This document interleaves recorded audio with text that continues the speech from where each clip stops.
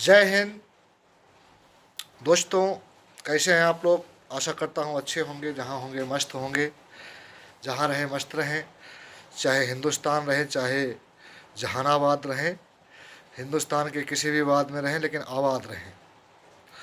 दोस्तों, आज हम बात करेंगे भारतीय परिवेश की बदलती हुई विचारधाराओं पर।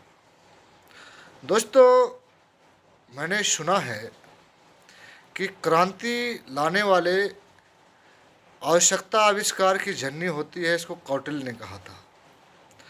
तो आवश्यकताएं इंसान की बढ़ गई अभी, तो उसके हिसाब से हम जिस माहौल में जा रहे हैं वो एक विकसित भारत की तरफ है ना।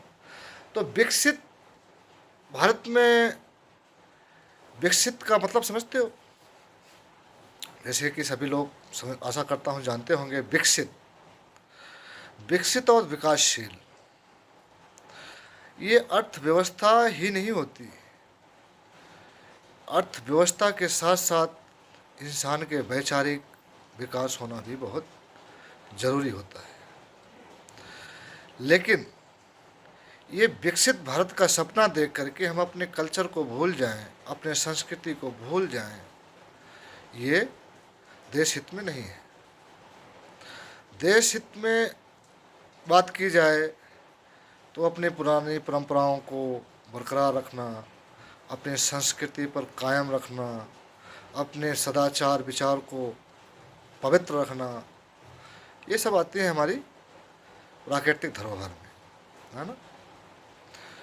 तो ऐसा नहीं है कि जो इंसान धन से ही सुख और अमन चैन कामिल किया जा सके। एक मीडियम है, अर्थव्यवस्था भी ज़रूरी है। हमारे यहाँ पुराने ज़माने से चली आ रही है, पुरानी परंपरा है, जो संन्यास आश्रम है, उनमें पैसे की बहुत कम ज़रूरत पड़ती है, वो लोग त्याग करते हैं, है ना। तो अर्थव्यवस्था के सुधार में बढ़ चढ़ के हिस्सा लें, लेकिन संस्कृति को भी बचा कर रखना चाहिए, जैसा मेरा सोच विचार है। नहीं तो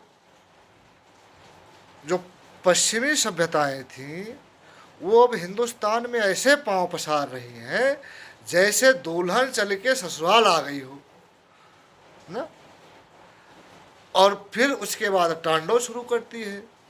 तो ऐसी विचारधाराओं को भारत में ना पनपने दें। अब बोलोगे क्या विराज ऐसा बोल रहा है, मैं उस पॉइंट पे आऊँगा। इस ब्लॉग में हम इसी बदलती वैचारिक मतभेदों को पर चर्चा करेंगे। प्रथम चर्चा करते हैं, एकाकी सोच होती जा रही। पहले देखते होंगे अंग्रेज लोगों का जब आए थे, मैं तो था नहीं, सुना हूँ कि जो अपने यहाँ सरकारी व्यवस्थाएं हैं ना, सरकारी कार्यालय हैं, सरकारी इंस्टीट्यूट हैं, संस्थान हैं, उन सब में, रुको दोस्तों मैं थोड़ा रुकता हूँ।